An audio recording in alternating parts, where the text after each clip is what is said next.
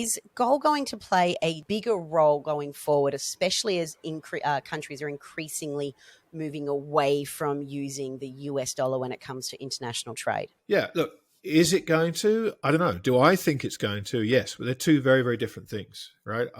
That's my conclusion, is that I think gold will at some point, and I gave a presentation about this back in, 2018, I think, called Cry Wolf, where I talked about the fact that when the monetary system is reset, the natural thing to do for a period of time, who knows, it could be 6 months, it could be 6 years, I don't know, is to reintroduce gold as an anchor, as a neutral reserve asset in the central of whatever the next monetary system looks like. And I still believe that will happen.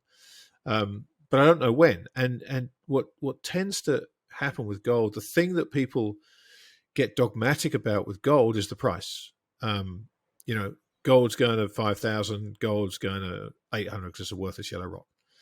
And all the talk about the price of gold is just such a waste of energy, because gold's not there to own for the price to go up. If you want to own gold for the price to go up, look, there's a million and one things you can do to guess the price is going to go in one direction. If you're a trader, to speculate on the price of gold, you never actually need to own gold. You can just play the futures, play ETFs. There's a thousand ways to do it. But owning physical gold in a portfolio has a very different role than trying to enhance your profit, in my opinion. I mean, other people will have a completely different view. But for me, it's a reserve asset. It's how I want to keep a significant portion of my liquid net worth, because I know that it will maintain its purchasing power over a period of time. And people will go, well, it hasn't over the last 6 months, and I'm not holding it for a 6 month period. I've never in my life sold an ounce of physical gold. I've bought it over the years, and I continue to add it. And at some point, I won't sell it, but I'll exchange it for something I want to own more for the long term. Maybe it's property, maybe it's agricultural land. I don't know what it's going to be. Maybe it's a bond portfolio when rates have screamed higher and bonds are selling for pennies on the dollar for great companies. I don't know, but I don't think of it at that point in time. Whatever the price of gold is not going to matter to me. I'm not going to do that because gold is trading at $2,000 or $2,500 or $5,000. I'm going to look at what's on the other side of it. I'm going to look at how many ounces of gold I have to give up to buy a property or buy some land or buy a bond portfolio.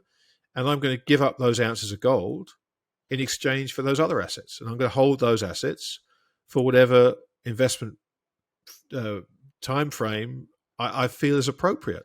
It's that simple to me. And whether gold's at, gold could stay at 2,000, right? And people say, well, the price hasn't moved. But if harbourside property here in Sydney is halved against gold, I have to give up half as many ounces to buy that house. So it doesn't matter that the price of gold hasn't changed. It just doesn't matter. And people get so fixated on the price of gold because we've become so used to measuring everything by price rather than value. And I think that's a really important thing for people to understand, that price and value are two completely different things. Price is fairly arbitrary and it can change on a different basis. Value can be completely different from one person to the next. An ounce of gold to me may be way more valuable to a guy who believes in Bitcoin. I value gold tremendously as part of my portfolio. A guy who owns Bitcoin is like, I don't want to know, because it's completely valueless to me. Also fine, right? I'm not in a competition with anyone to guess the price. I'm not in a competition to sell it when it gets to 5,000. Could it go there? Absolutely it could. Could it go to 800? It absolutely could. I doubt that. But if it did, and other assets have fallen 80%, guess what? Gold still increased its purchasing power. And we saw this post 08. Gold initially fell when post Lehman because it was liquid and people needed liquidity. But if you look at what happened to the gold price, even when it fell, versus what happened to equities, the purchasing power of that gold, even though the price fell, doubled. So, there are so many different ways to look at gold, and it's very difficult for a lot of people to think about because they're used to analyzing balance sheets or companies or having a story about why this is going to be a great investment because the growth prospects are fantastic and the total addressable market, I can't wait till that phrase goes away, by the way, which should happen fairly soon, is infinite, and all these reasons. You can't really do that with gold. You can look at the stock to flow ratio.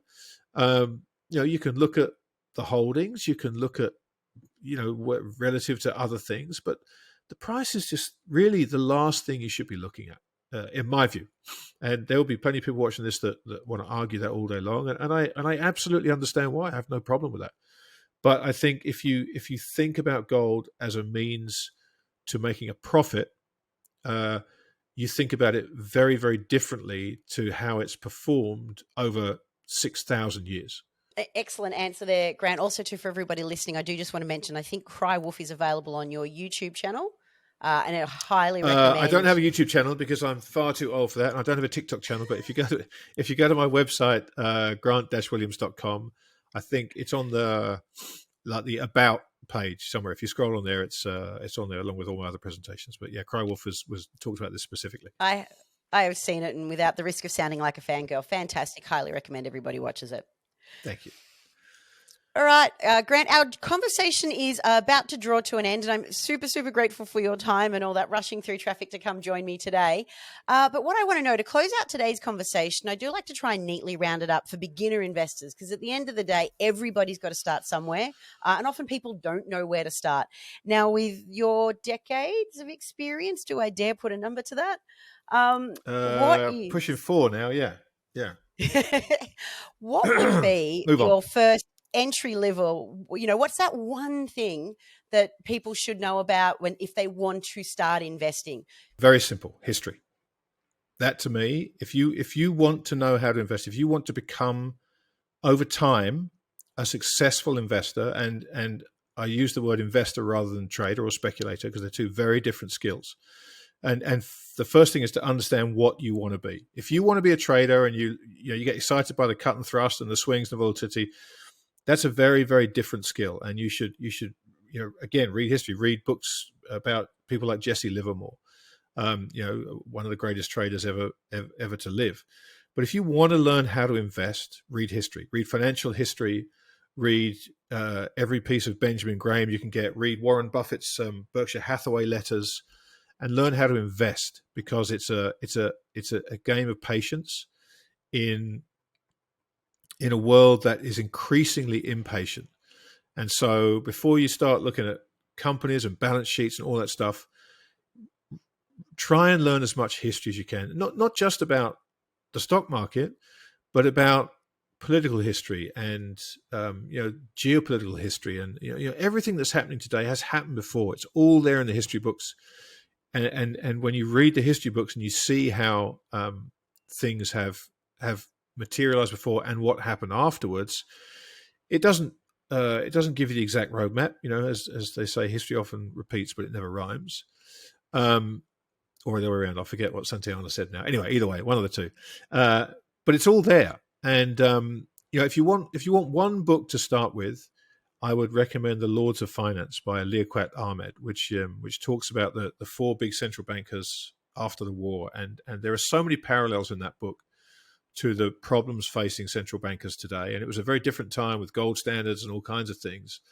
But it's a tremendous book, and it's a really useful intro to the kind of conundrums of central bankers, the cause and effect of their decisions, and importantly, the humanity aspect of how they deal on a personal and a human level with the situations they're in, because ultimately, at the end of the day, they are all human, and they're subject to the same kind of foibles and pressures that we all are. So I think that if I'm going to point you in the direction of history, I would say that is a fantastic starting place.